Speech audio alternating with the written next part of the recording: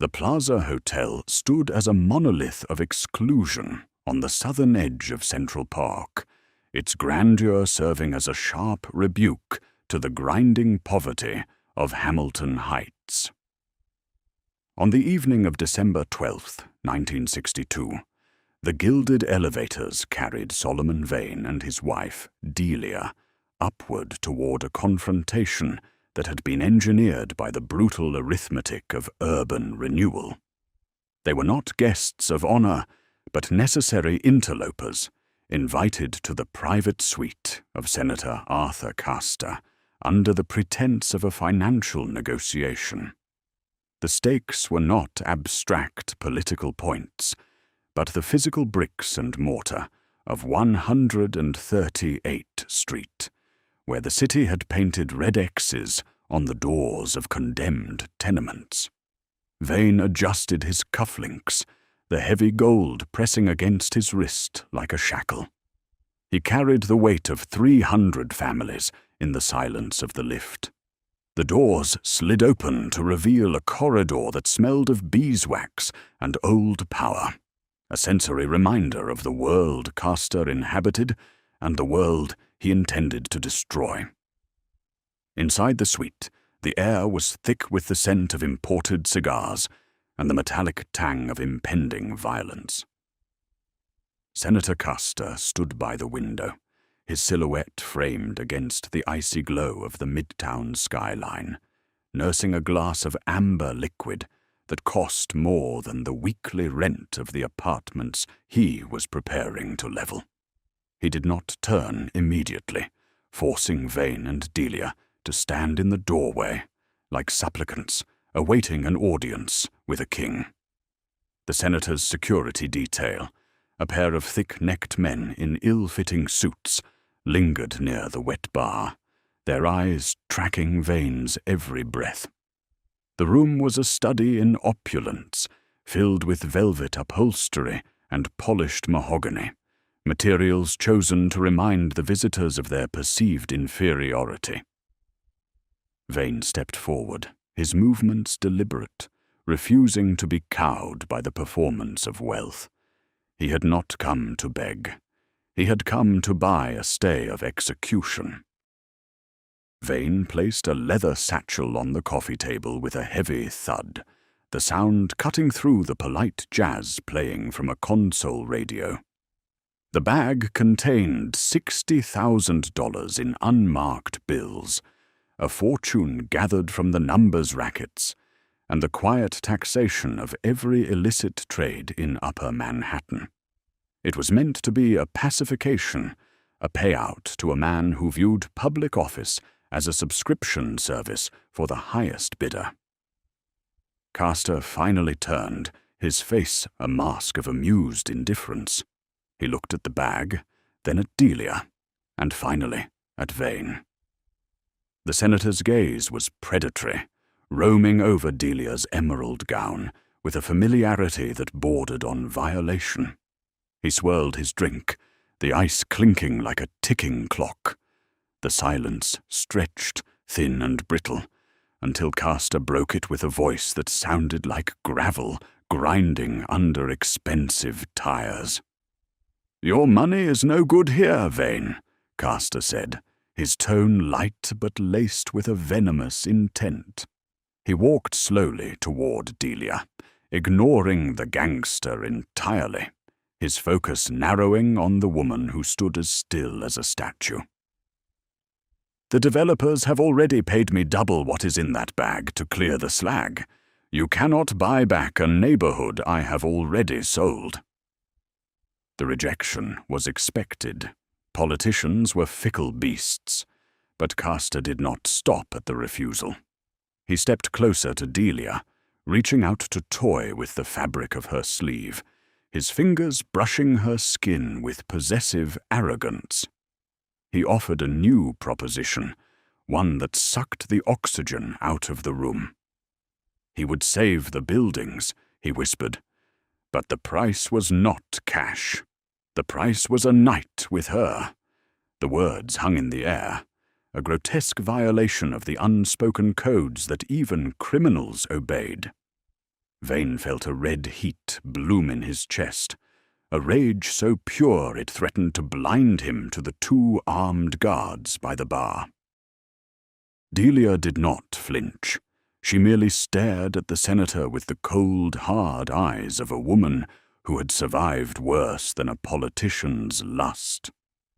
Sensing the shift in the atmosphere, Castor laughed, a dry, ugly sound. He reached into his own pocket and withdrew a thick stack of banded bills, throwing it onto the table next to Vane's satchel. It was $150,000, a king's ransom in any borough. He offered to buy her outright, to turn the negotiation into a slave auction, betting that Vane's greed would outweigh his pride. For a moment, the room held its breath. The guards tensed, their hands drifting toward the bulges in their jackets. Vane looked at the money, then at his wife's face, which was set in a mask of defiant stone. The temptation for violence was overwhelming. His fingers twitched toward the hidden holster at the small of his back. But he knew the math of the Waldorf. A dead senator meant the National Guard in Harlem by dawn. It meant the buildings would fall anyway, and the narrative would be written by the victors. He could not shoot his way out of this. He had to think his way out. He took a breath, forcing the killer in him back into its cage, and chose a different path.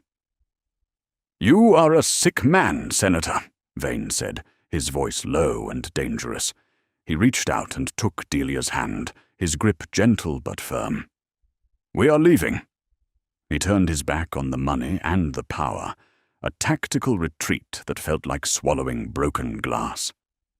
Castor's face flushed with a sudden, petulant rage at the rejection. He was a man who was never told no, and the refusal stung his ego more than any insult. He stepped forward, his hand grabbing Vane's shoulder to spin him around. The guards moved in, ready to enforce the senator's will, but Castor waved them off, his confidence bordering on delusion. He sneered, promising that the bulldozers would roll on Monday, and that Vane would watch his kingdom turn to dust.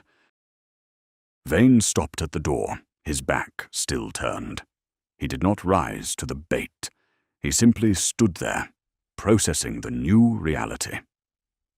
Castor had revealed a fatal flaw in his armor. He believed everyone had a price, because he himself was hollow. He projected his own lack of morality onto the world. This was the intelligence Vane needed. He had walked in hoping to buy a politician. He walked out knowing he would have to dismantle one. The senator shouted a final threat, that the red X's were a death sentence for the community. But the words faded into the carpet as Vane guided Delia into the hallway. The heavy door clicked shut, sealing the senator's fate as surely as a judge's gavel. The elevator ride down was a study in contained fury. Delia leaned against the brass railing, her composure finally cracking as a tremor ran through her hands. She had borne the brunt of the insult with steel, but the residue of Castor's touch was a stain she wanted to scrub away. Vane stood rigid, his mind racing through the roster of his influence. The judges he owned were too low on the food chain. The police captains were paid to look the other way, not to stop a state-sanctioned demolition. Castor's power was legitimate, backed by the full faith and credit of the state of New York. To fight him legally was impossible. To fight him physically was fatal mistake. They needed a new weapon. They emerged into the frantic chill of the plaza's portico, the noise of the city washing over them like a wave. The doorman hailed a sleek black Cadillac, the engine purring in anticipation. Vane helped Delia into the back seat, sliding in beside her and slamming the door against the cold. As the car pulled away from the curb, merging into the river of taillights on Fifth Avenue. Vane stared out the window. He watched the reflection of the hotel shrink into the distance, a glowing temple of the elite that had just declared war on his people. He realized that Castor's proposition had been a mistake. It had made the conflict personal. "He thinks I am going to go to war," Vane said, his voice barely a whisper, addressing the glass. Delia looked at him, her eyes searching his face for a sign of the violence she knew he was capable of. "He thinks I will send a car full of shotguns to his townhouse." Vane turned to her, his expression calm. The rage cooled into something sharper and more dangerous. "But that is what he expects. That is what a gangster does." He tapped his fingers on his knee, a rhythm of calculation. Castor had a wife, he remembered. A wife who sat in the background of campaign photos, looking like a ghost. "He tried to buy you," Vane mused. "I wonder what his wife would sell him for." The Cadillac turned north, heading toward the heart of Harlem, leaving the glittering plaza behind for the gritty reality of the streets. The Cadillac cut through the darkness of Upper Manhattan, the glittering deceit of Midtown fading into the rearview mirror. The transition was jarring, a physical manifest of the divide between the world of Senator Castor and the reality of Hamilton Heights. As the car crossed north of 125th Street, the streetlights became sparse, casting long, skeletal shadows across the pavement. This was the domain of Solomon Vane, a place where the law of the street held more weight than the statutes of Albany.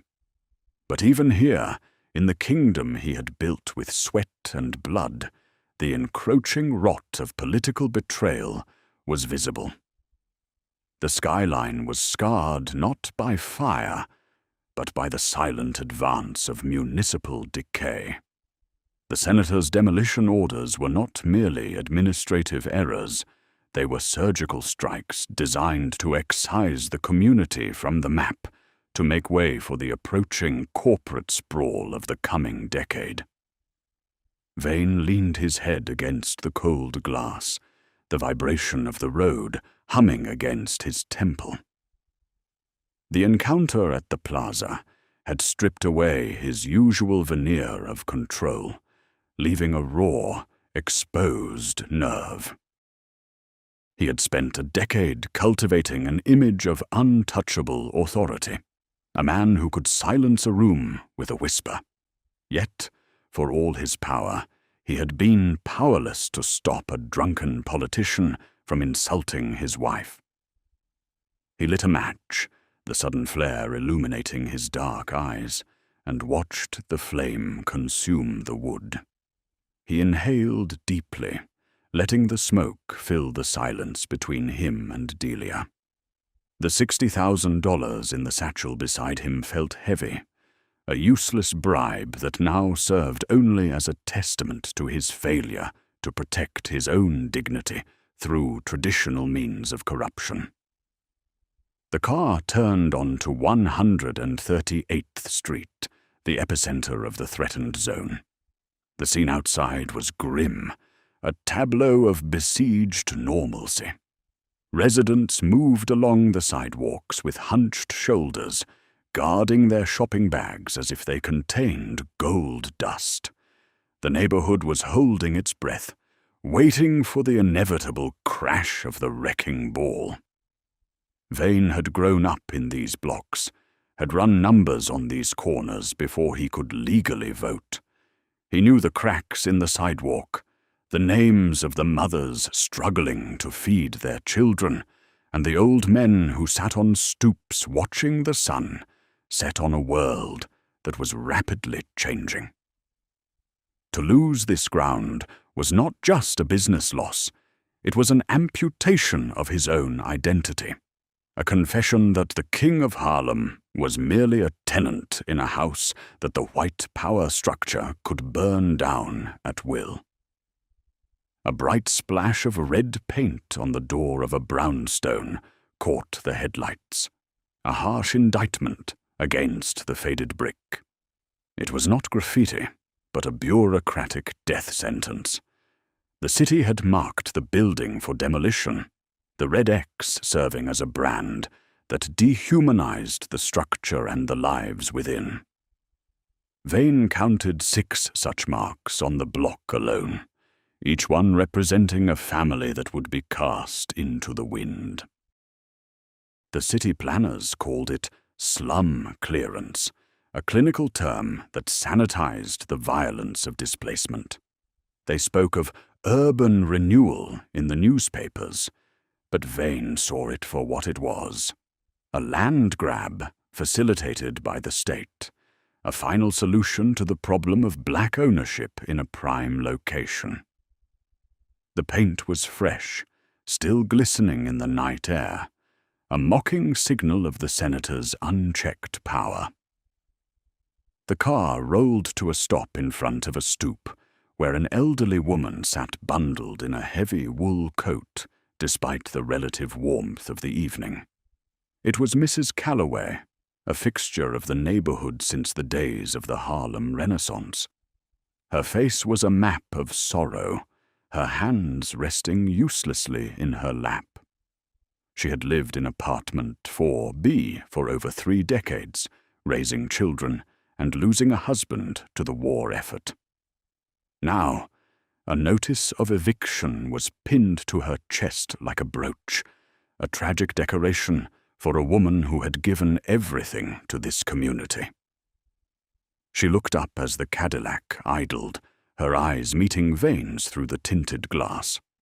There was no hope in her gaze, only a tired resignation that cut Vane deeper than any knife could. Vane stepped out of the car, the sidewalk uneven beneath his polished shoes. He approached Mrs. Calloway slowly, removing his hat out of respect for her years. The silence of the street was heavy, broken only by the distant bark of a dog and the low hum of the Cadillac's engine. He knelt before her, bringing himself to her level, a gesture of submission from a man who never bowed to anyone. She reached out a trembling hand to touch his face, her skin dry and papery. "They say we have to go, Solomon," she whispered, her voice cracking with the weight of the injustice. "They say we have 30 days to disappear." The specificity of the timeline, mandated by the city council, was a cudgel used to bludgeon the weak, and it enraged him. He took her hand, his own large fingers engulfing hers.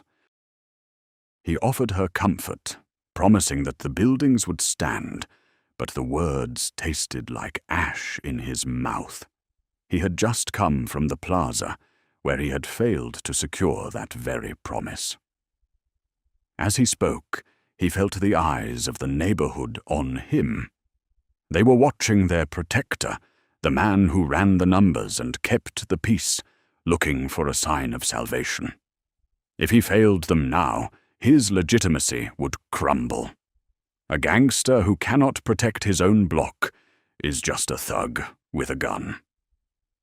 The pressure mounted in his chest, the weight of 300 souls pressing down on him, demanding a solution that he had not yet found. Standing up, Vane scanned the facades of the buildings. He saw the curtains twitch in windows, the shadowed faces of families huddled inside, wondering if this was the night the sheriff came to throw them into the street. The stakes were not merely financial, they were existential.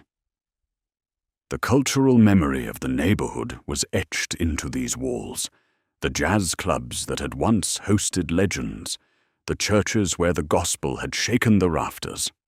To lose them was to erase history. The redevelopment plan called for a high-rise commercial center, a glass and steel monolith that would serve the financial district's expansion, offering nothing to the people who had tilled this soil for generations. It was a colonization by concrete, and Senator Castor was the appointed executioner. Vane returned to the car, his jaw set in a hard line.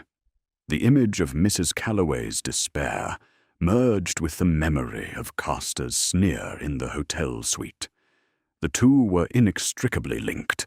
The humiliation of the man in the street was the pleasure of the man in the tower. He slipped into the back seat, the leather creaking under his weight. Delia looked at him, her expression unreadable, but he knew she shared his fire. He had tried to fight this battle with the tools of a politician: money, influence, and negotiation. He had assumed that Castor was a rational actor, a businessman like himself, just wearing a better suit. He realized now that he had made a fatal error in judgment. "He does not want money," Vane said, breaking the silence that had settled over the car since they left 138th Street. He turned to his driver, Tiny, a hulking man who handled the enforcement side of Vane's empire. "He wants submission. He wants to feel like a god." The realization clarified the battlefield. This was not a transaction. It was a conquest. Castor's refusal to take the $60,000 was not about the amount. It was about proving that he held the power of life and death over them. The insult to Delia was not a negotiating tactic. It was a display of dominance, a way to humble Vane by treating his most prized possession as a commodity. Tiny pulled the car away from the curb, navigating the potholes of the side streets with practiced ease.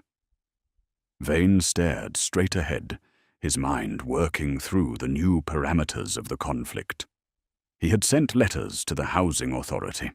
He had called in favors from judges who owed him their seats, and he had bribed local precinct captains. All of those avenues were now closed, blocked by the iron wall of state authority that Castor wielded.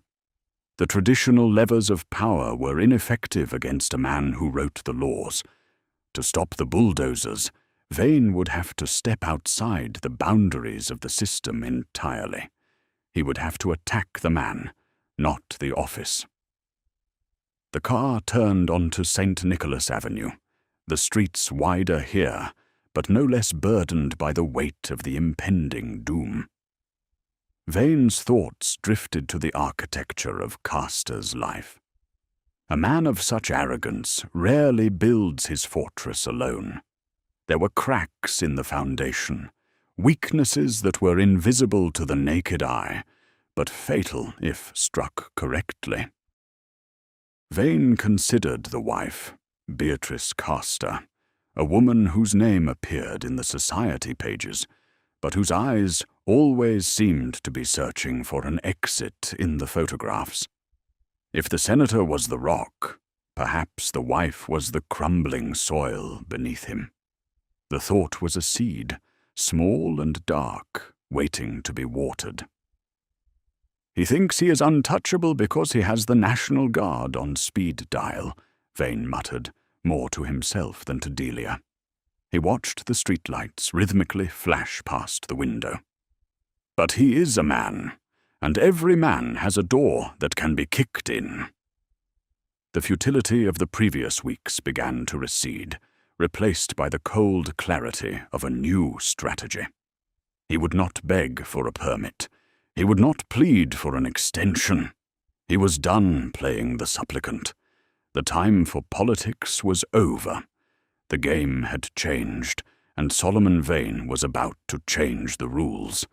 Delia placed her hand over his, her touch grounding him. She did not speak, but her presence was a reminder of the price that had been asked, and the debt that was owed. They would not pay it with her honor. They would pay it with Castor's ruin. As the Cadillac accelerated toward the safety of Vane's own territory, the plan began to form in the shadows of his mind. He needed leverage. He needed something that would terrify the senator more than a gun barrel. He needed to find the place where Arthur Castor was weak, the place where he hid his fear. The next morning, the city seemed to move with a sluggish heaviness, the grey sky mirroring the mood on the ground. Surveyors arrived on 138th Street early, their yellow hard hats bright against the grimy brownstone.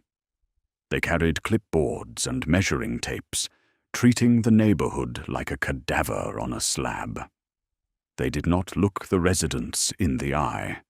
They simply measured and noted, their pens scratching against paper, calculating the profit to be made from the rubble.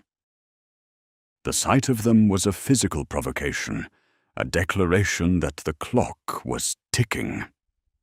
Vane watched them from the roof of his social club a few blocks away, the binoculars pressed hard against his eyes.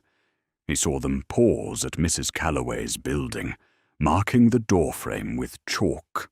The rage that had simmered in his gut began to boil, but he forced it down. Anger was a fuel that burned hot and fast. He needed something colder, something that would burn long and slow until there was nothing left of Arthur Castor but ash. He lowered the binoculars. He had to find a way to hurt the senator without touching him. He had to find the loose thread in the man's life and pull until the whole tapestry unraveled. The search for that thread began now. The social club on St. Nicholas Avenue was a sanctuary of smoke and whispered deals, but on this morning, the air inside was stale with the scent of failure.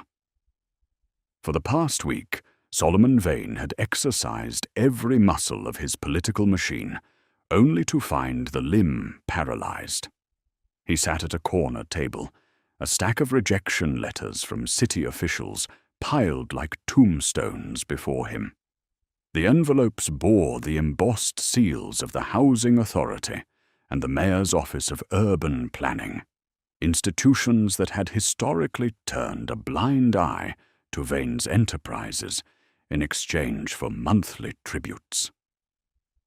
The most recent letter, dated November 15th, 1962, was brief and chilling in its bureaucratic indifference, citing executive mandate as the reason for the denial of a zoning injunction. Tiny stood by the door, his massive frame blocking the morning light, while Vane's personal attorney, a nervous man named Mr. Roth, wiped sweat from his forehead with a handkerchief. Roth had spent 3 days tracking down judges who owed Vane favors, only to be turned away at the threshold of their chambers. The word from the bench was uniform and terrified. One appellate court judge had reportedly whispered to Roth that his hands were tied by Albany, a euphemism for the long reach of Senator Castor. The machinery of the state, usually a tool that Vane could grease and manipulate, had been locked down tight, welded shut by a higher power that viewed Hamilton Heights not as a constituency, but as a resource to be extracted. Vane picked up the final letter, a response from a contractor he had known for 2 decades, a man who had built his fortune on Vane's patronage. The contractor refused to delay the demolition preparations, citing a fear of losing his union status. It was a betrayal of the street code, a violation of the loyalty that Vane had purchased with thousands of dollars in bribes over the years. The gangster crumpled the paper in his fist, the sound loud in the quiet room. The senator's influence was not merely a shield. It was a sword that cut through the usual chains of command. Castor had insulated the project so thoroughly that even the corrupt infrastructure of the city could not find a foothold to sabotage it. "It is clean, Saul," Roth stammered, gathering his briefcase as if preparing to flee. "The demolition order is ironclad. They have filed the paperwork under the Federal Highway Act, which gives them eminent domain. There is no judge in Manhattan who will sign a stay. They are scared of the federal funding attached to this."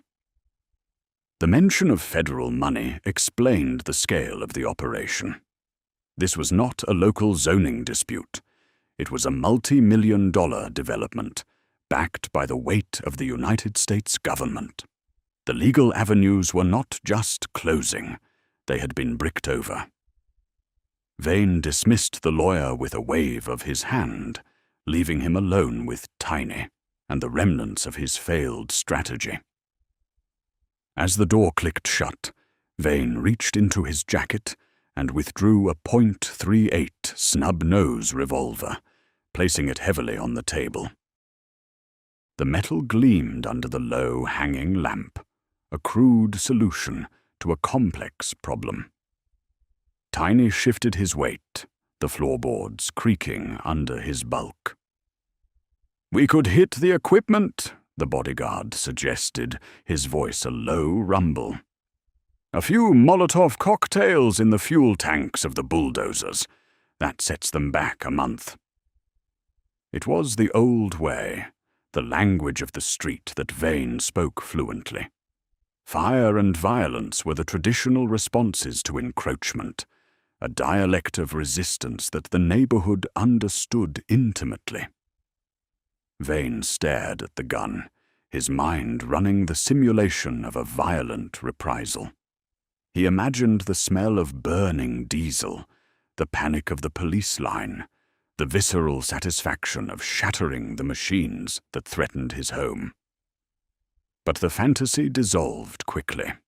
He thought of the plaza, the security detail, and the National Guard units that Castor had on standby. A burning bulldozer was a nuisance to a man like Castor, an insurance write-off, but it was also a pretext. If Vane initiated a war on the streets, the state would respond with overwhelming force, validating every racist trope that Castor used to justify the clearance. The headlines would scream of a criminal uprising, and the residents would be cleared out at gunpoint rather than by paperwork. "We touch a bulldozer, and we give them the excuse they need to bring in the tanks," Vane said, his voice cold and calculated. He pushed the gun away from him, a symbolic rejection of the street code. "Castor is baiting me. He wants a riot. He wants to show the papers that he is taming a jungle. If I fight him with fire, I lose the war by winning the battle."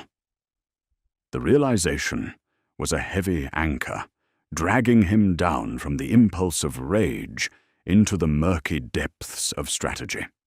He could not outshoot the government, and he could not outspend the developers. He had to find a crack in the man himself, not in his defenses. He stood up and walked to the window, peering through the blinds at the bustling avenue below. The people on the street were going about their daily lives, unaware that their fates hinged on a conversation in a back room. Vane realized that the failure of his bribes was actually a crucial piece of intelligence. It confirmed that the pressure was not coming from the local precinct captains or the city councilmen he owned. It was flowing down from the very top of the food chain. This was Arthur Castor's personal crusade, which meant the solution was personal, not political. He had been trying to fight a machine, but he needed to fight the operator. "Get the car," Vane commanded, turning away from the window. "We are going to pay a visit to the wire room." Tiny looked confused, but nodded, reaching for his coat. Vane needed information, the kind that was not written in official letters or discussed in polite legal chambers. He needed to know who Castor spoke to when he was not playing the saint for the cameras. He needed to trace the money that Roth said was federal, but suspected was something dirtier. The inability to buy off the local judges was a dead end, but it was also a signpost pointing toward the senator's true weakness. If the project was this protected, there was something in it that Castor was terrified of losing. The ride to the wire room was short and silent, the Cadillac slicing through the midday traffic. Vane's mind was already pivoting away from the failed attempts at legislative interference. He had spent years building a network of informants, men who listened in on phone lines and sorted through garbage for scraps of paper. He had never turned that apparatus fully against a figure of Castor's stature, fearing the heat it would bring. But the polite road was closed. He needed to know the senator's schedule, his vices, and his secrets. The rejection of the bribe was the first domino. Now, Vane needed to set the rest in motion. Descending into the basement of a nondescript building on Edgecombe Avenue, Vane entered the wire room. The air was hot and smelled of burning dust from the vacuum tubes of the recording equipment. Banks of tape reels spun slowly, capturing the conversations of the city's underworld. A technician sat at a console, headphones clamped over his ears. Vane approached him, placing a hand on the back of his chair. He did not want a judge's signature anymore. He wanted the private number of the senator's driver. He wanted the names of the women who were not his wife. He was done playing by the rules of a rigged game. If Castor wanted to burn the neighborhood, Vane would find the gasoline the senator had hidden in his own garage. The time for petitions was over. The time for intelligence warfare had begun. The Cadillac moved northward, the rhythmic clicking of the turn signal acting as a metronome for Vane's darkening thoughts. He sat in the back seat, the rejection letters from the judges, and the terror of the contractors fading into a dull hum behind the sharp memory of the plaza. He touched the fabric of the seat, the same spot where Delia had sat hours before, her silence louder than any scream. The senator's proposition had been a test of Vane's character, or lack thereof, and Vane knew that walking away had been the only choice that allowed him to live with himself. But the act of leaving had also been an admission of defeat in the arena of commerce. Castor had tried to turn his wife into a transaction, and Vane had left the money on the table. Now he had to find a currency the senator understood better than cash. Delia sat beside him, staring out the window at the blurred storefronts of Amsterdam Avenue. She held a cigarette that had burned down to the filter, the ash trembling slightly. The violation she felt was not physical. Castor had not touched her. But it was a deep, structural wound to her dignity. She turned to Vane, her eyes hard and dry. "He thinks we are trash, Solomon," she said, her voice stripped of its usual musicality. "He thinks you are a pimp, and I am your inventory." Her words landed harder than a punch, crystallizing the nature of their enemy. This was not just about real estate. It was about the senator's belief that he could consume the lives of those he deemed inferior. It was a feudal arrogance that needed to be broken. Vane took the crushed cigarette from her hand and extinguished it in the ashtray. He needed her to be sharp, to be the partner she had always been, not just a victim of the senator's greed. "He thinks everyone has a price," Vane replied, his voice low and rumbling. "He thinks I walked away because the number wasn't high enough. He doesn't understand that some things are not for sale. This was the critical intelligence gap in Castor's psychology. The senator projected his own venality onto the world, assuming that every soul had a sticker price. It was a blind spot, a vast, dark territory where Vane could maneuver without being seen. If Castor believed Vane was just a gangster waiting for a better offer, he would never see the knife coming. The car turned onto the West Side Highway, the Hudson River stretching out to their left, a black expanse under the winter moon. Vane leaned back, the anger coiling in his gut transforming into something colder and more useful. Strategy. He had tried to fight Castor like a businessman, and he had been outclassed by a predator. He had tried to fight him like a politician, and he had been buried by the machinery of the state. The plaza meeting had been a tactical disaster, but it had yielded one vital piece of information. Arthur Castor was bored by power and hungry for transgression. He sought thrills because the standard rewards of his position no longer satisfied him.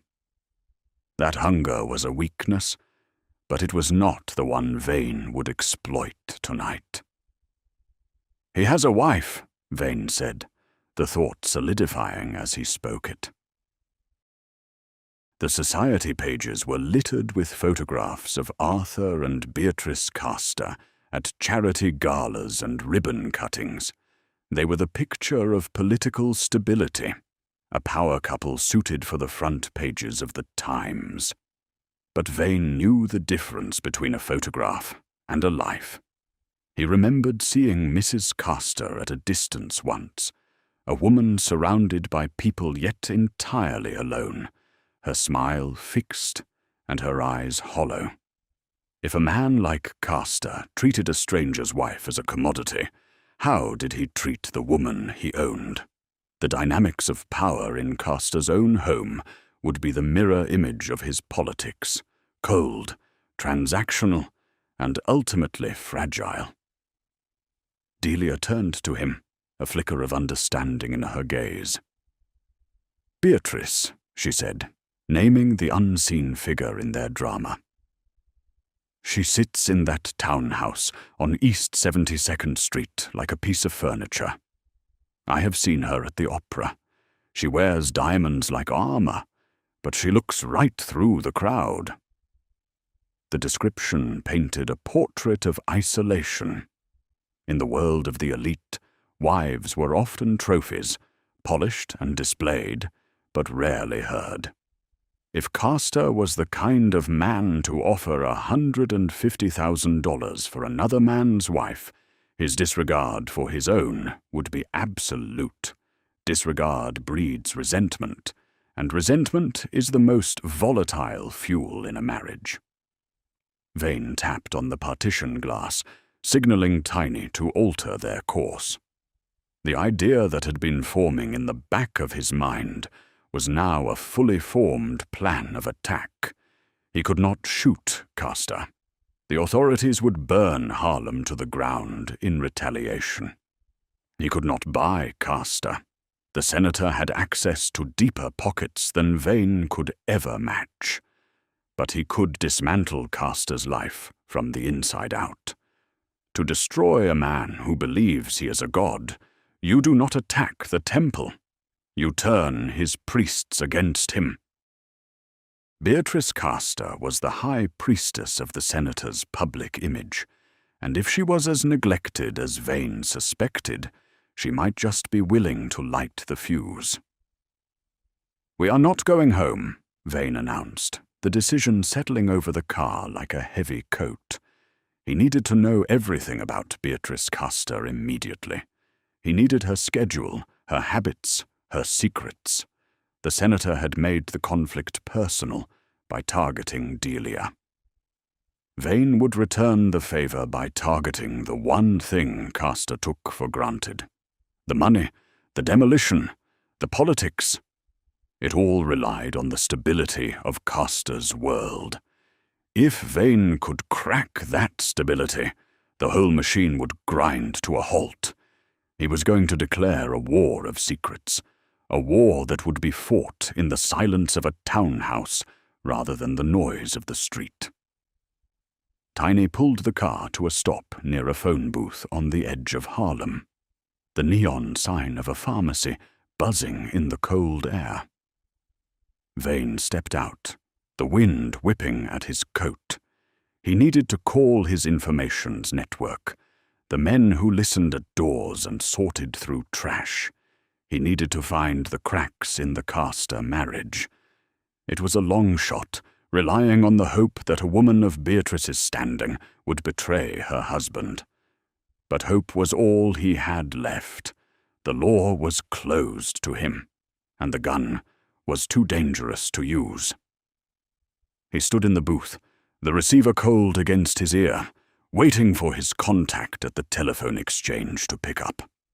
The plastic of the handset was cracked, a sharp contrast to the polished mahogany of the plaza. Vane was back in the trenches now, fighting the way he knew how. He was not going to beg for a zoning variance. He was going to seduce a senator's wife into treason. The transition from urban renewal to marital espionage was complete, and the stakes had just become infinitely more personal. As the line clicked and a voice answered, Vane spoke with a quiet, terrifying intensity. "I need a file on the senator's wife," he said, omitting pleasantries. "I want to know where she goes when she is not posing for cameras. I want to know who she talks to, and I want to know if she is happy." The questions were a prelude to a siege. He was hunting for a weak link in the chain of power, and he was betting everything that the chain was rusted from the inside. The senator had tried to buy Delia. Now Vane would try to buy Beatrice. It was a dangerous game, but it was the only one left on the table. The frigid dawn broke over Hamilton Heights, revealing a neighborhood holding its breath. But Solomon Vane was no longer looking at the condemned buildings on 138th Street. His attention had shifted entirely to the gilded cage of the Upper East Side. The intelligence report from his contact at the telephone exchange lay on his desk, a thin folder containing the blueprint of a political marriage. Beatrice Castor was not merely a society hostess. She was a prisoner of her own lineage, a woman whose inheritance had been swallowed by her husband's ambition. Vane understood that the senator's strength was an illusion built on the silence of those he controlled. The goal was to break that silence. The surveillance began at dawn. Tiny parked the Cadillac 3 blocks from the Castor townhouse on East 72nd Street, a street lined with ancient oaks and armored with old money. The neighborhood was a fortress of silence, where the only sounds were the distant hum of traffic and the rhythmic sweeping of maids' brooms on brownstone steps. This was a world away from the visceral noise of Harlem, a stark contrast that fueled Vane's contempt. Here, poverty was hidden behind heavy curtains, and power was exercised through trusts and board seats rather than street corners. Vane watched the townhouse through binoculars, noting the delivery vans and the precise movements of the staff. The first piece of intelligence came not from a wiretap, but from observation.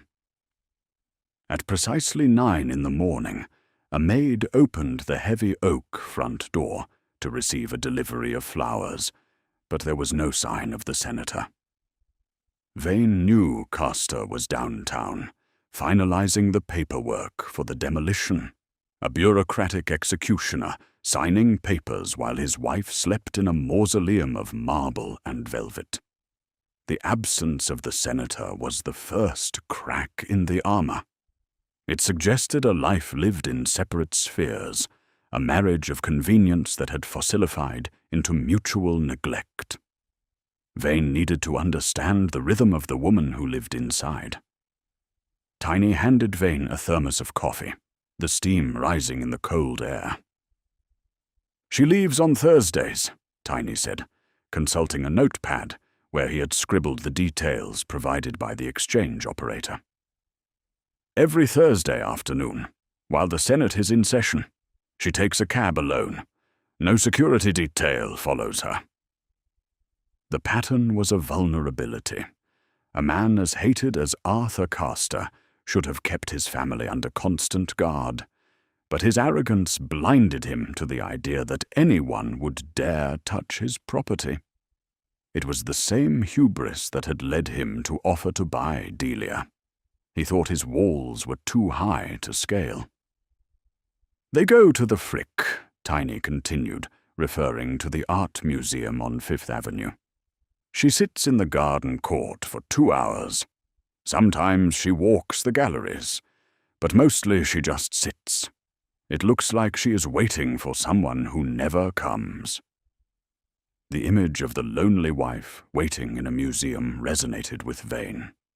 It was a portrait of stasis, a woman trapped in amber.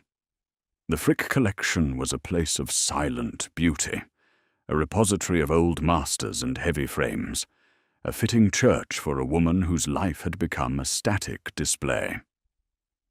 Vane saw the opportunity immediately.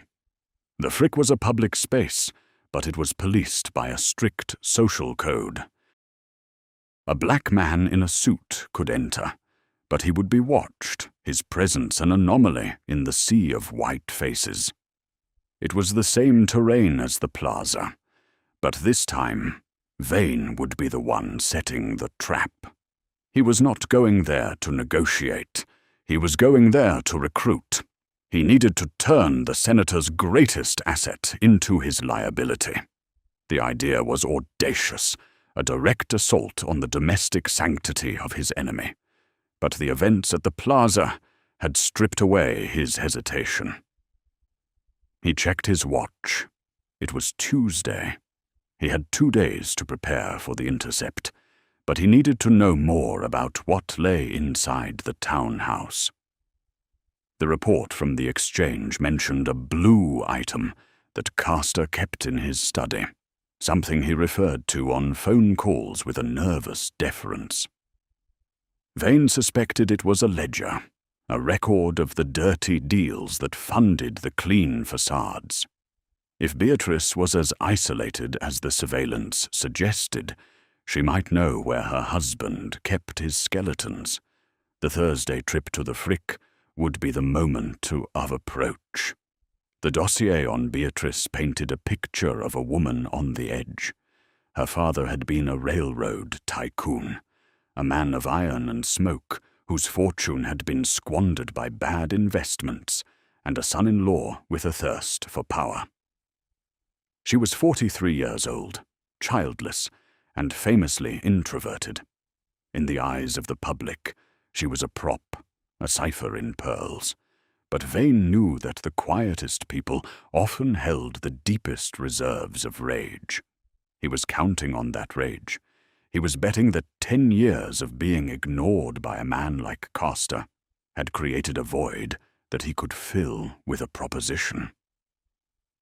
"The townhouse is a fortress, but the marriage is a prison," Vane muttered, lowering the binoculars as a sleek black limousine pulled up to the curb. The senator emerged, adjusting his coat, his face set in the smug lines of a man who owned the world. He did not look back at the house. He simply got in the car and was whisked away toward downtown. The dismissal was casual, almost cruel. It confirmed everything Vane needed to know. Castor treated his home like a hotel, and his wife like a piece of furniture that had gone out of style. Vane watched the limousine disappear into the traffic, a metal beast carrying the author of his neighborhood's destruction. The contrast between Castor's public power and his private negligence, was stark. Vane knew that if he tried to confront the senator on the street, he would be arrested or shot. But in the quiet solitude of the Frick, Beatrice Castor would be alone. She would be vulnerable. The rules of the street dictated that you hit your enemy where he was weakest. And for a man who thought with his ego, his weakest point was the woman he had undervalued. He turned to Tiny and started the engine. "Thursday," Vane said, his voice firm. "We make our move then." The plan was set.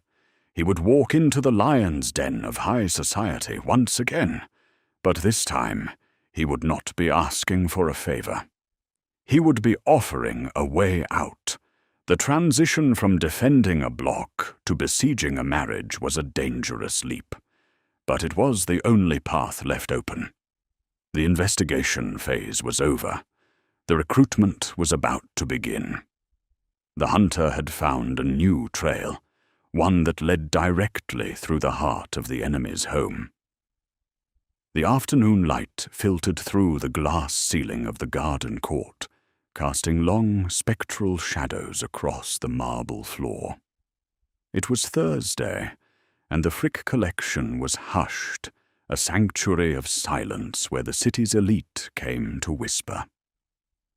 Solomon Vane entered through the heavy bronze doors, his presence a disruption in the natural order of the room. He wore a charcoal overcoat that minimized his silhouette, and he moved with a practiced, predatory grace that avoided the gaze of the museum guards. He was not a patron of the arts today. He was a hunter, stalking a very specific prey in a landscape of statues and ferns. The air in the conservatory was humid, thick with the scent of lilies and the quiet rustle of expensive silk. Vane scanned the alcoves, bypassing tourists who stared blankly at Gainsborough landscapes. He found Beatrice Castor in the far corner, seated on a velvet bench before a fountain. She was exactly as the surveillance had described, elegant, pale, and entirely alone. She wore a coat of camel hair, and her hands were wrapped tightly around a handbag, as if she feared it might be snatched away. To the casual observer, she was a wealthy woman resting. To Vane, she was a target of opportunity. He approached her slowly, his footsteps masked by the sound of the trickling water. He stopped a few feet away, giving her the space to notice him without feeling immediately threatened. Beatrice looked up, her eyes wide with a startled confusion. She did not recognize him immediately, or perhaps she simply could not comprehend why a black man would be standing so close in such a secluded corner.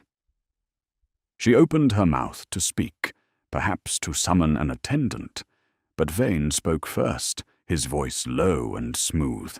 "Mrs. Castor," he said, his tone devoid of the deference she was likely used to receiving. "Your husband is at the Capitol, voting on the budget. He won't be home for dinner."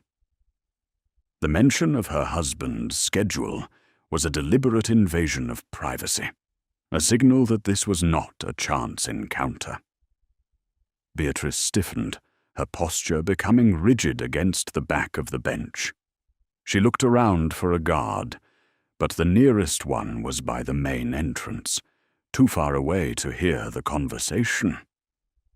She was trapped in a social contract that forbade making a scene. "Who are you?" she demanded, her voice trembling slightly. She regained a measure of composure, summoning the coldness that was her armor against the world. Vane reached into his pocket, and she flinched, but he withdrew only a silver cigarette case. He offered her one, but she declined with a sharp shake of her head. "Senator Castor mentioned me. Perhaps he, Senator Castor, mentioned me. Perhaps he mentioned my wife." The name struck her like a physical blow. The color drained from her face, leaving her skin translucent. She knew exactly who he was. The incident at the plaza had been a scandal whispered about in every dining room on the East Side, a story of a gangster and a proposition that had gone wrong. She looked at Vane with a mixture of fear and a sudden, morbid curiosity. She saw not a criminal, but a man who had survived an encounter with Arthur and come back to tell the tale. "You are the man he tried to humiliate," she whispered, her voice barely audible over the fountain. Vane sat down on the opposite end of the bench, maintaining a respectful distance, but closing the psychological gap. "He tried to buy my wife," Vane corrected her, his voice calm. "He offered me $150,000 to let him use her for the night. He thinks everyone is for sale, Mrs. Carster. He thinks you are for sale. He thinks this house, this museum, and your silence are just entries in a ledger." He watched her carefully, gauging the impact of his words.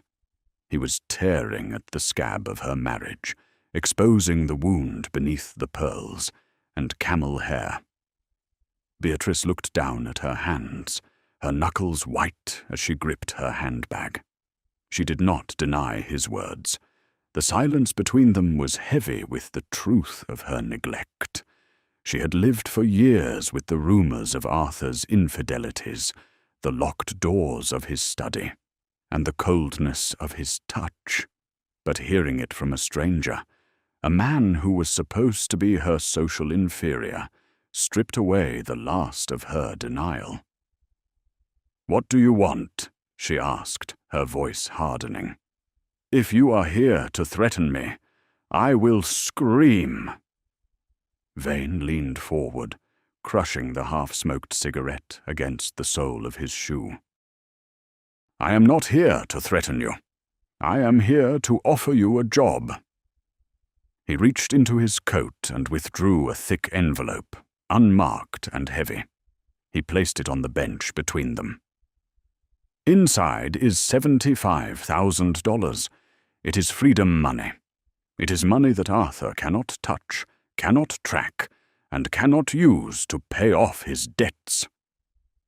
The sum was staggering, a fortune that represented a new life, an escape hatch from the gilded cage she had been locked in for 2 decades. Beatrice stared at the envelope but did not touch it. She was a woman of the upper class, trained to ignore the mechanics of finance, but she understood the leverage of cash. "Why?" she asked, looking into Vane's eyes. "Why would you give me this?" Vane met her gaze without blinking. "Because your husband is tearing down my home. He is going to destroy a neighborhood to build a monument to his own greed. I need something to stop him. I need the book he keeps in the safe, behind the painting, in his study." The air between them grew cold. The request was treason against her husband, a violation of the vows she had taken, however hollow they had become. But as she looked at Vane, she realized that her vows had been broken long ago by Arthur's cruelty. The ledger was the key to his power, the record of the deals with the construction firms and the mobsters. She knew it existed. She had seen him writing in it late at night, his face twisted in a grimace of calculation. "The blue ledger," she whispered, confirming its existence. "He calls it his insurance." Vane nodded slowly. "That is the price. You give me the book, and you get the money. You get your life back." He stood up, towering over her for a moment, before buttoning his coat. "I have a man watching the townhouse. If you try to warn Arthur, the deal is off, and the money vanishes. But if you want to see him fall, if you want to see him humiliated the way he humiliated you, You will find a way to get it to me." Beatrice reached out, her fingers brushing the envelope. She felt the texture of the paper, the promise of a future without the senator's shadow. She looked up at Vane, and for the first time in years, a spark of defiance lit her eyes. "He keeps the combination written inside his cigar case," she said, her voice steady. "Tuesday morning. The service entrance. The greenhouse." It was a complete surrender, a transfer of allegiance from the man who owned her to the man who was buying her loyalty. Vane gave a short, respectful nod and turned, disappearing into the crowd of art lovers as seamlessly as he had arrived. The morning of Tuesday, December 18th, broke with a sleet that hissed against the cobblestones of the Upper East Side. The weather provided a natural camouflage, driving pedestrians underground and keeping the streets clear of idle eyes. Tiny parked a battered laundry delivery van on East 72nd Street, the engine idling with a low, rattling cough that blended into the city's symphony of noise. Inside the back of the van, Solomon Vane sat on a wooden crate, the air thick with the smell of damp wool and stale detergent. He checked his watch, the seconds ticking away with the weight of a metronome. This was the moment of maximum risk, a blind reliance on a woman who had every reason to betray him. The townhouse loomed ahead, a stark rectangle of grey stone, softened only by the wrought iron railings. The service entrance, a green-painted door half hidden by a dumpster, was the chink in the fortress wall. Vane watched through a peephole bored into the side of the van, his breath misting in the cold air. He saw the usual morning choreography, the milkman dropping bottles, a maid hurrying inside, and the security guard at the front gate stamping his feet against the chill. But the greenhouse was around the back, accessible via a narrow alleyway that the guards rarely patrolled during the shift change. At exactly 9:15, the kitchen door opened. A figure emerged, cloaked in a heavy raincoat, carrying a basket of cut flowers that looked too heavy for her frame. It was Beatrice. She did not look toward the street, keeping her eyes fixed on the ground as she navigated the slick pavement toward the greenhouse. The sight of her, a wealthy socialist performing manual labor in the rain, was surreal.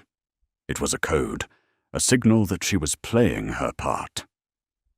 Vane felt a surge of adrenaline, sharp and cold. She had not faltered. Tiny exited the driver's seat, pulling a grey cap low over his eyes. He was dressed as a delivery man, carrying a clipboard that concealed a snub-nosed revolver. He walked with a practiced, shambling gait toward the alleyway, just another worker invisible to the wealthy residents. Vane watched him disappear around the corner, the van suddenly feeling like a coffin. If Beatrice had panicked, if she had left a note for the senator, or whispered to the guard, Tiny would walk into a cage. The minutes stretched into hours, each second a jagged edge.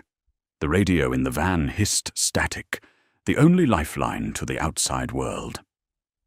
Vane waited, his hand gripping a tire iron.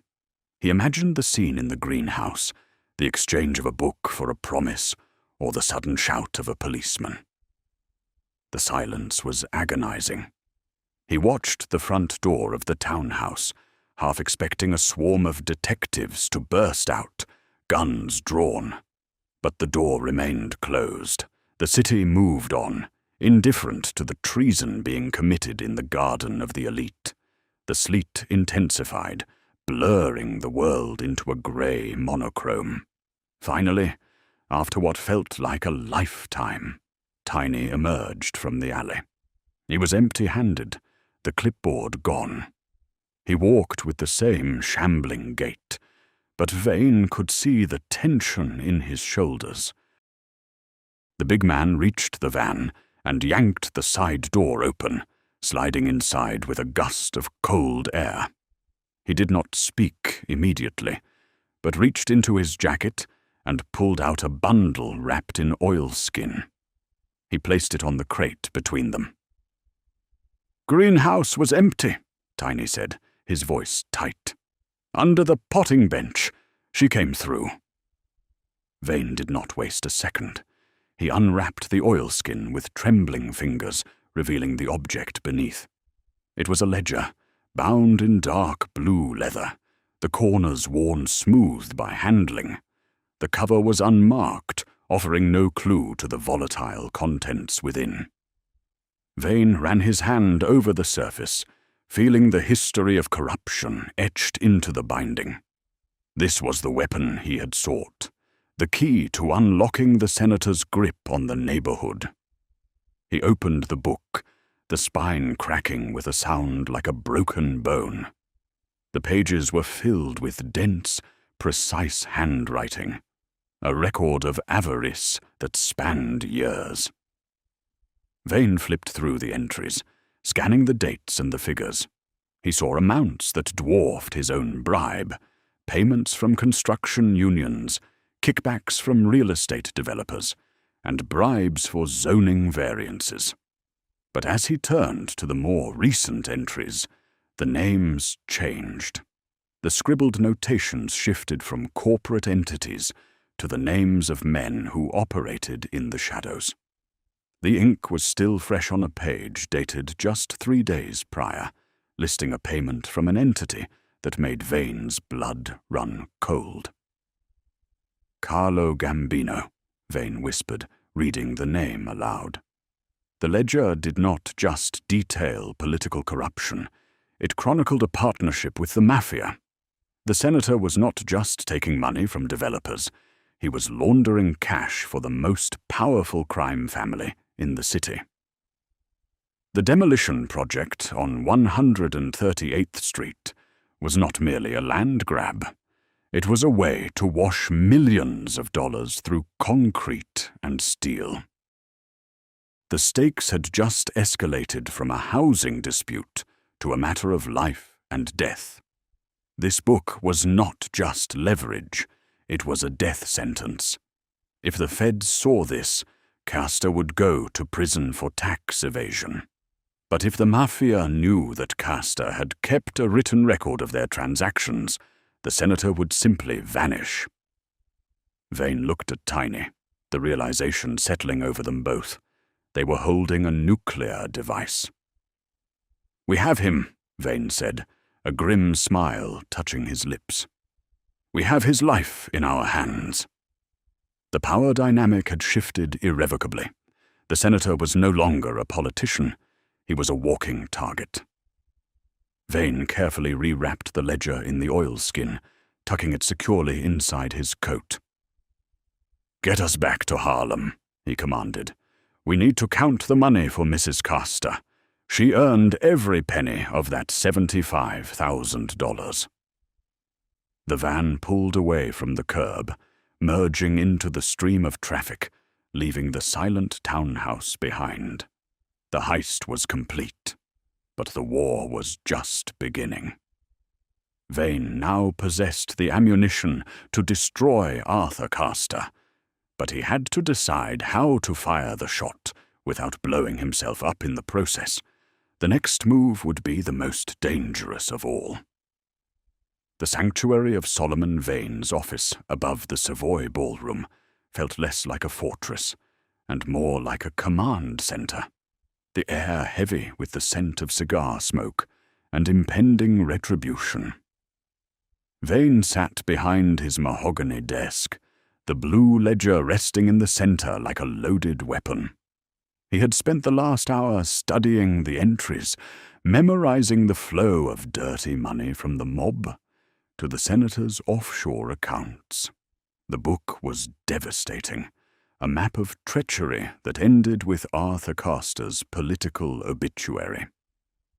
Vane knew that simply releasing the pages to the press would cause a scandal. But scandals were often weathered by men of Castor's station. He needed something more immediate, something personal. He reached for the black rotary telephone on his desk, his fingers steady despite the adrenaline coursing through his veins. He dialed a number that was not listed in any directory, a direct line to the senator's private study in the townhouse on East 72nd Street. The phone rang once, twice, 3 times. On the 4th ring, the receiver was picked up with a sharp, impatient clatter. "Castor!" the voice barked, sounding breathless and irritated. It was late evening, and the senator was likely reviewing the blueprints for the demolition, unaware that his world was about to cave in. "Good evening, Senator," Vane said, his voice a low, smooth baritone that slid through the wire like smoke. "I thought you might like to know that the weather is turning in Hamilton Heights. I thought you should check your safe." There was a pause on the other end, a silence that screamed confusion. Vane heard the rustle of papers, the squeak of a leather chair. "Who is this?" Castor demanded, his voice rising in pitch. "If this is a crank call, I have the police on speed dial." The threat was pathetic, a shield of paper against a sword of steel. "I think the police will be the least of your worries, Arthur," Vane replied, using the senator's first name as a deliberate insult. "Check the safe. The painting of the clipper ship. I believe you are missing a blue book." The line went dead silent. Vane could imagine the senator spinning in his chair, his face draining of color as the realization hit him. He pictured Castor running to the wall, tearing aside the painting, his hands shaking as he dialed the combination. The seconds ticked by, stretching into a minute of pure suspense. Vane waited, a predator watching the trap spring shut. Finally, Castor's voice returned, stripped of its arrogance and reduced to a strangled whisper. "Johnson, is that you?" He had the name wrong, a slip of the tongue that revealed his fear. Or perhaps he was confusing Vane with another enemy. "It's Vane," Solomon corrected him. "And I am looking at your legacy, Senator.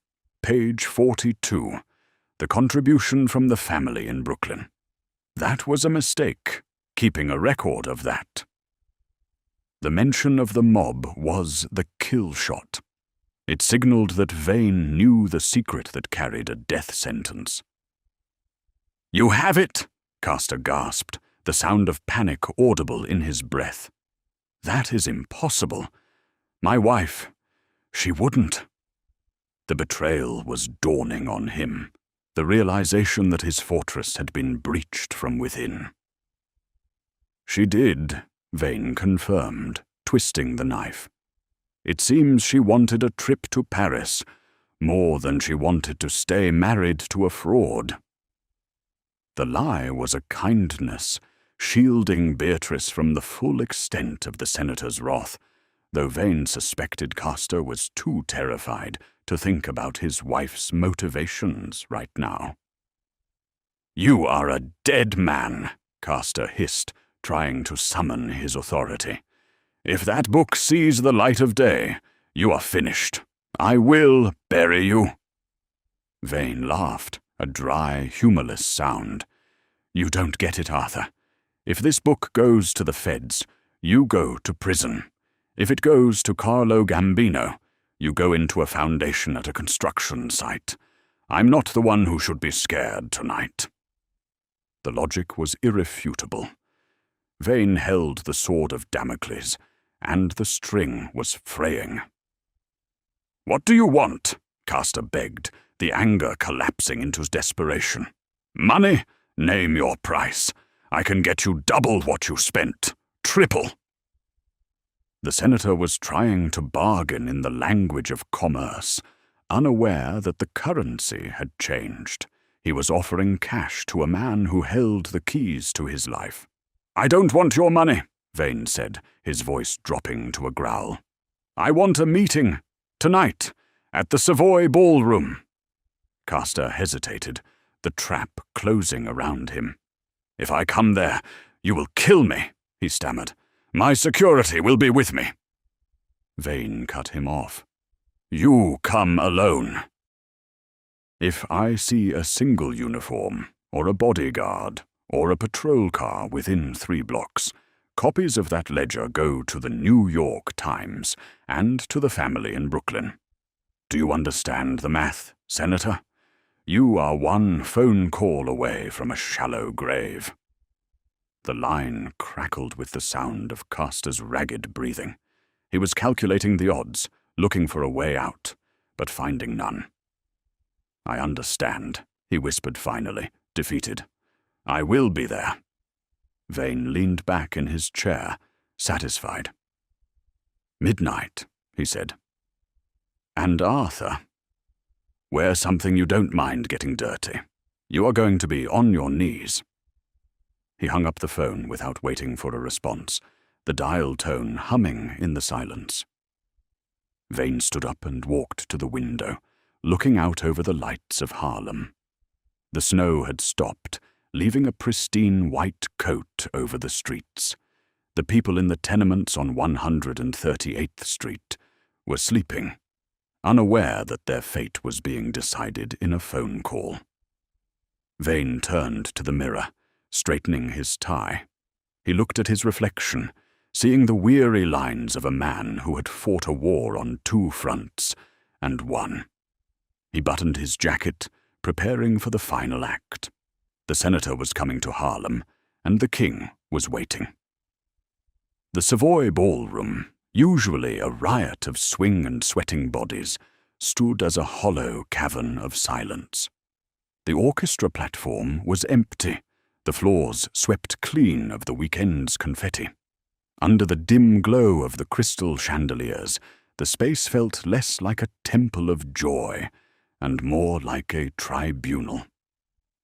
Solomon Vane sat at a small round table in the exact center of the dance floor, a single spotlight illuminating him from the balcony above. He was a statue in a dark suit, the blue ledger resting on the white tablecloth before him. To his right sat Delia, her posture erect and her eyes scanning the darkness of the entrance. She was not there as decoration. She was the judge, and the courtroom was hers to command. The heavy brass doors at the far end of the hall groaned open, letting in a blast of winter air that cut through the stale smell of the club. Senator Arthur Castor stepped inside, his trench coat wet with sleet. He looked small in the vastness of the room, a diminishing figure stripped of his entourage and his headlines. He hesitated on the threshold, his eyes darting into the shadows, looking for the snipers or the ambush he had been promised would not be there. Vane made no move to rise. He simply watched, his hand resting idly on the leather book, the silence stretching until it became unbearable for the man standing in the cold draught. Castor walked forward, his steps echoing on the wood. He stopped 10 feet from the table, maintaining a distance that was both respectful and terrified. He looked at Vane, then at Delia, and finally at the ledger. His face was a mask of suppressed panic, his eyes rimmed with red from a sleepless night. "I am here," Castor announced, his voice attempting to find the baritone of authority, but failing. "I came alone, as you asked. Let us conclude this business." He tried to frame the encounter as a transaction, a last-ditch effort to maintain his dignity in the face of his ruin. Vane gestured to the empty space on the floor before Delia.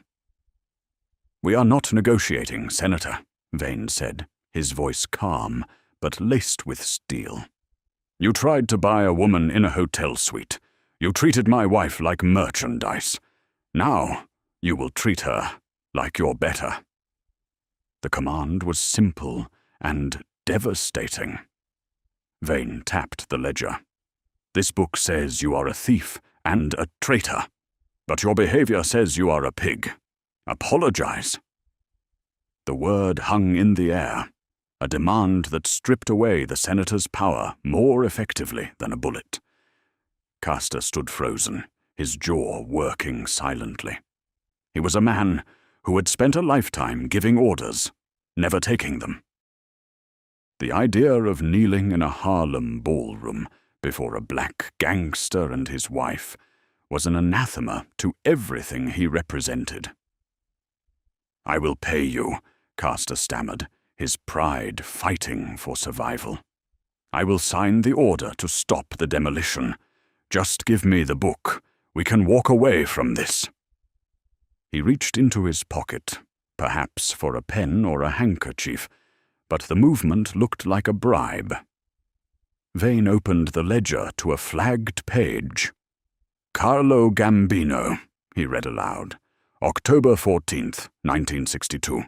Payment for zoning clearance." He looked up. "Carlo does not like readers, Arthur. If you do not kneel and apologize to my wife in the next 5 seconds, I am not calling the police. I am calling the family." The threat was absolute. The fear of prison was abstract. The fear of the mafia was visceral and immediate. Castor flinched as if struck, his face collapsing into a grimace of terror. With a trembling exhale, the senator's resistance broke. He stepped forward and lowered himself onto the dusty floor. His knees hit the wood with a dull thud, the sound amplified by the silence of the ballroom. He knelt before Delia, his head bowed, unable to meet her gaze. The image was a total inversion of the plaza encounter. The predator was now the supplicant. The king was now the subject. He looked pathetic, a man in a damp trench coat groveling before a woman he had tried to consume. "Look at her," Vane commanded, his voice cutting through the room. "Tell her you are sorry. Tell her she is not for sale." Castor lifted his head, tears of humiliation standing in his eyes. He stared at Delia's shoes, then slowly moved his gaze up to her face. "I apologize," he whispered, his voice cracking. "I was wrong. I disrespected you. I am sorry." The words were dragged out of him, forced by the crushing weight of his own corruption. Delia looked down at him, her expression carved from stone. She did not gloat, and she did not smile. She regarded him with a pity so profound it was indistinguishable from contempt. "You are a small man, Senator," she said softly. "Get up. You are staining the floor." The dismissal was the final blow. She denied him even the dignity of a dramatic reconciliation. Castor scrambled to his feet, his knees dirty, his face flushed with shame. He looked at Vane, his eyes pleading for the end of the nightmare. Vane closed the ledger, but kept it on the table. "The demolition is cancelled," Vane stated. "You will declare 138th Street a historic district. You will resign from the zoning committee, and you will never step foot in Harlem again." Castor nodded frantically, eager to agree to anything that would allow him to leave. "Done," he gasped. "I will sign the papers tomorrow." He reached for the book, his hand trembling. "The book?" he asked, hope flaring in his eyes. Vane pulled the ledger away from the senator's grasp. "I am keeping the book," Vane said, his voice dropping to a whisper. "If I give it to you, you burn it and send the National Guard next week. This way, you behave. As long as those buildings stand, this book stays in a safe deposit box. If one brick falls, copies go to the feds and the mob. You work for me now, Arthur." The realization washed over Castor that he was not free. He was a puppet, his strings held by the man he had tried to destroy. He nodded, defeated, and turned to leave. He walked out of the Savoy a broken man, the doors closing behind him with a final echoing thud. Vane looked at Delia and exhaled. The war finally over. The heavy brass doors of the Savoy ballroom clicked shut, severing the connection between the senator's chaotic downfall and the quiet triumph within. Solomon Vane remained seated for a long moment, the adrenaline of the confrontation dissipating and leaving behind a profound exhaustion. The spotlight from the balcony seemed harsher now, exposing the dust motes dancing in the air above the table. He looked at the blue ledger, the instrument of his victory, which sat on the white tablecloth like a toxic artifact. It was no longer just a book. It was a life sentence for Arthur Castor and an insurance policy for the people of Hamilton Heights. Delia stood up, smoothing the front of her dress, with hands that had stopped trembling only minutes ago. She walked to the window, pulling back the heavy velvet curtain to peer out at the street below. The winter night was clearing, the sleet having turned into a fine, crystalline mist. She watched Castor's figure hurry into the back seat of a taxi, the man's silhouette hunched and small against the glare of the streetlights. "He looks like a ghost," she observed, her voice flat. "He looks like a man who has seen his own grave." She let the curtain fall, turning back to face her husband. "It is done, then." Vane stood up, his joints stiff from the tension. He picked up the ledger and tucked it securely under his arm. "It is done," he confirmed, "but the paper trail remains. I need to get this to a safe place. A bank vault in the Bronx, perhaps. Somewhere Castor will never think to look." He walked over to Delia, placing a hand on her shoulder. The warmth of the contact grounded him, a reminder of what he had nearly lost in the Plaza Suite. The victory felt hollow in some ways. He had saved the buildings, but he had also bound himself to the maintenance of a terrible secret. Tiny appeared from the shadows near the bar, his presence a silent reminder of the muscle that backed the intellect. He held Vane's coat, helping him into it with a reverence reserved for royalty. "The car is ready, boss," Tiny said, his voice low.